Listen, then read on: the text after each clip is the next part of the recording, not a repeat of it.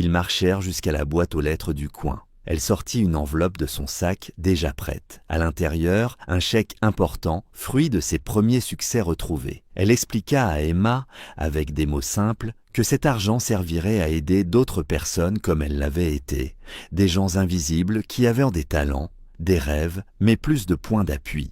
Emma sourit fièrement, comme si c'était la chose la plus normale du monde. De retour à l'appartement, le sapin brillait doucement. 3 chaussettes étaient accrochées à la cheminée. La femme s'assit près des lumières et sentit une émotion monter. « Tu sais, confia-t-elle à Daniel, cette nuit-là, avant de te rencontrer, j'écrivais des lettres d'adieu dans mon carnet. J'étais persuadée que mon histoire était finie. Puis Emma m'a demandé si j'avais faim.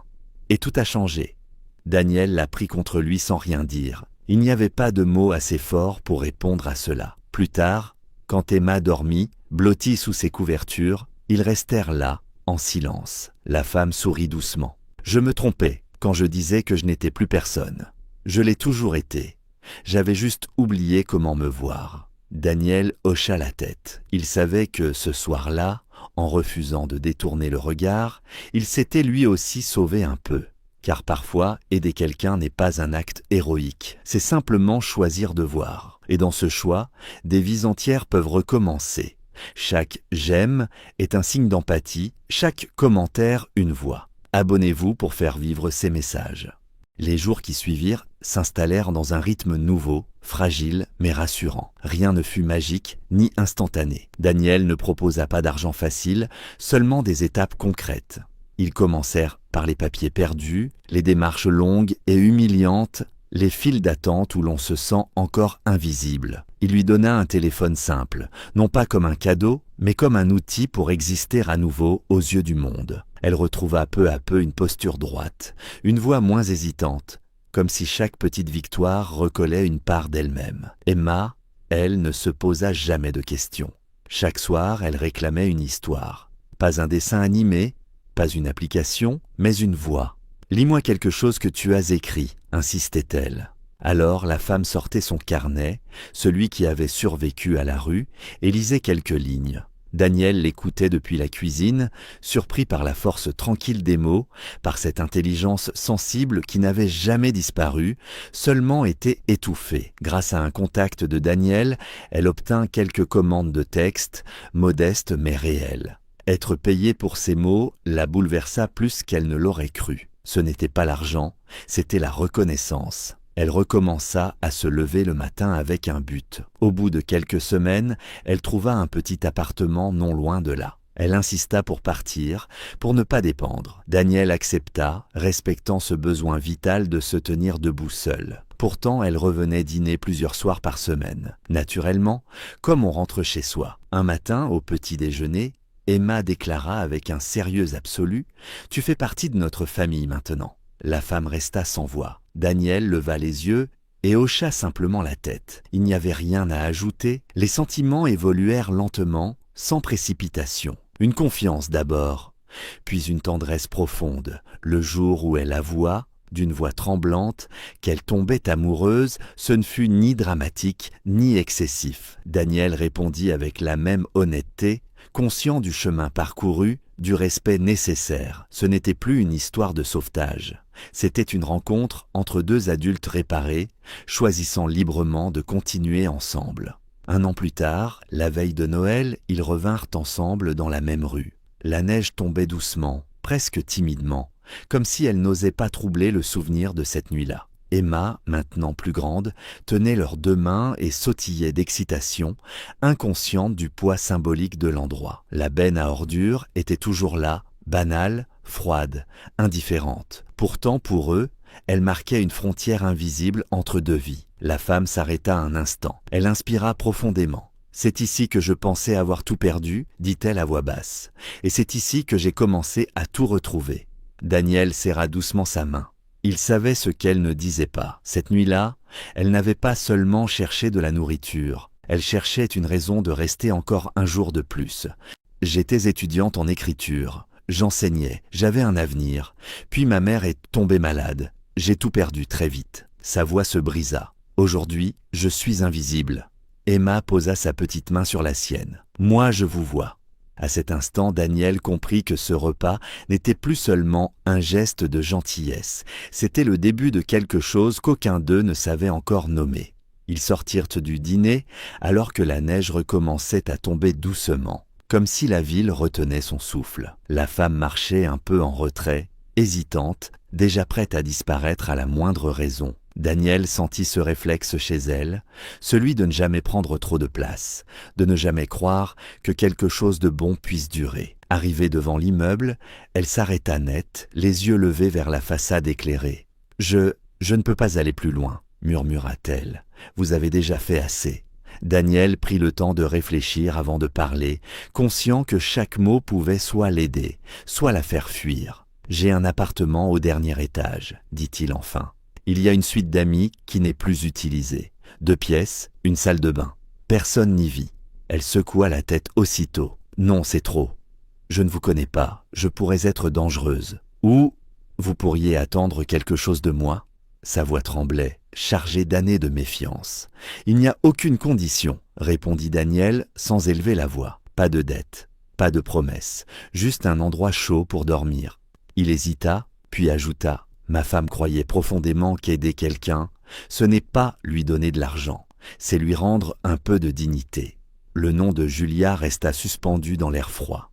Il sentit Emma se serrer contre sa jambe, comme pour appuyer silencieusement ses paroles. Dans l'ascenseur, la femme restait silencieuse, crispée, comme si elle s'attendait à être rejetée à chaque étage. Lorsqu'il ouvrit la porte de la suite, elle resta figée. Les draps propres, la lumière douce, la salle de bain immaculée. Tout cela semblait irréel. « Je vais tout salir, » murmura-t-elle. « Je ne mérite pas ça. » Daniel posa calmement une pile de serviettes près de la porte. « Prenez une douche, reposez-vous. On parlera demain. » Sous l'eau chaude, elle éclata en sanglots. Pas de tristesse pure, mais de soulagement. Quand elle sortit, des vêtements propres l'attendaient, soigneusement pliés. Dans le salon, elle trouva Daniel lisant une histoire de Noël à Emma. « Tu peux continuer, » dit la petite. Elle écrit vraiment bien.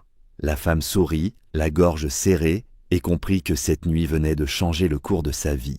La neige tombait de plus en plus fort, de gros flocons épais, qui étouffaient les bruits de la ville et donnaient aux rues l'apparence d'une carte postale figée dans le temps. Daniel Morrison resserra sa prise autour de la petite main de sa fille et la rapprocha de lui tandis qu'il rentrait à pied, après la messe de la veille de Noël. Emma avait 6 ans. Elle était emmitouflée dans un manteau rose éclatant, coiffée d'un bonnet rouge et blanc qui glissait légèrement sur ses oreilles. Elle marchait d'un pas léger, parlant sans s'arrêter du Père Noël, des cadeaux et des biscuits qu'elle laisserait près du sapin. À 34 ans, Daniel possédait tout ce que beaucoup considéraient comme une réussite absolue. 3 ans plus tôt, il avait vendu sa start-up technologique pour une somme qui lui semblait encore irréelle. Un penthouse lumineux, des voitures, une sécurité financière totale. Et pourtant, en cette nuit de Noël, au milieu des décorations scintillantes et des vitrines illuminées, il sentait ce vide familier se creuser en lui. Julia, sa femme, était morte brutalement 2 ans auparavant.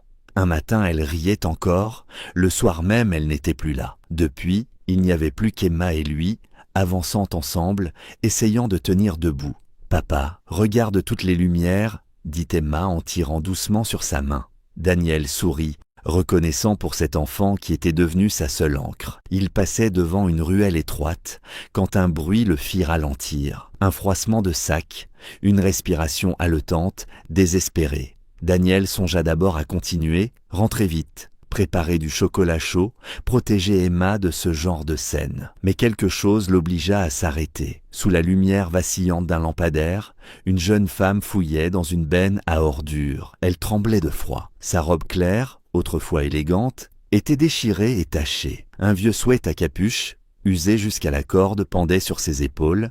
Ses cheveux blonds étaient emmêlés. Elle serrait contre sa poitrine un carnet comme s'il s'agissait de la seule chose qui lui restait au monde. Lorsqu'elle trouva un reste de sandwich, un son proche d'un sanglot lui échappa. « Papa, pourquoi cette dame cherche dans la poubelle ?» demanda Emma d'une voix confuse. La femme leva brusquement la tête. Ses yeux, grands ouverts, étaient remplis de peur et de honte. « Je suis désolée, balbutia-t-elle, la voix rauque mais étonnamment soignée. Je m'en vais, je ne voulais pas. » Daniel fit un pas en avant. Attendez, s'il vous plaît. Elle hésita, prise entre la fuite et l'immobilité, et dans ce silence glacé, quelque chose se brisa en elle. J'étais quelqu'un autrefois, murmura-t-elle avant de baisser les yeux. Le petit dîner au coin de la rue baignait dans une lumière jaune et chaleureuse, décorée de guirlandes fatiguées et d'un sapin artificiel posé près du comptoir. En entrant, Daniel sentit immédiatement les regards, pas sur lui, sur elle, sur ses vêtements sales, ses mains abîmées, sa présence qui dérangeait l'image parfaite de Noël. Il soutint calmement le regard de la serveuse et choisit une table sans laisser place à la discussion. Emma grimpa sur la banquette au milieu, comme si cette disposition allait de soi. La chaleur frappa la jeune femme de plein fouet. Elle serra encore plus fort son carnet contre elle, comme pour s'excuser d'être là. Daniel commanda un chocolat chaud pour Emma, puis du café pour eux deux, avant de poser la carte devant la femme. « Prenez ce que vous voulez, vraiment. » Elle releva les yeux, incrédule. Tout, sa voix trembla. Elle choisit finalement une soupe, un sandwich, des œufs, du pain grillé. Quand les assiettes arrivèrent, elle tenta d'abord de manger lentement, dignement. Mais la faim fut plus forte. Elle mangea avec urgence, les larmes coulant en silence le long de ses joues. Emma la regardait sans jugement. À un moment, elle poussa doucement son chocolat chaud vers elle. « Vous pouvez boire le mien si vous avez soif. » La femme resta figée, puis secoua la tête en souriant faiblement. « Merci, mais garde-le, d'accord ? Est-ce que vous êtes sans maison ?» demanda Emma avec la franchise de l'enfance. Daniel voulut intervenir, mais la femme leva la main. « C'est juste, oui, je suis sans abri. » Elle inspira profondément. « J'ai fait des erreurs et j'ai eu très peu de chance. » Daniel observait ses gestes, sa manière de parler, le soin presque sacré avec lequel elle protégeait son carnet. « Qu'est-ce que c'est » demanda-t-il doucement. Elle hésita, puis ouvrit les pages. Des textes, des histoires, une écriture précise, habitée.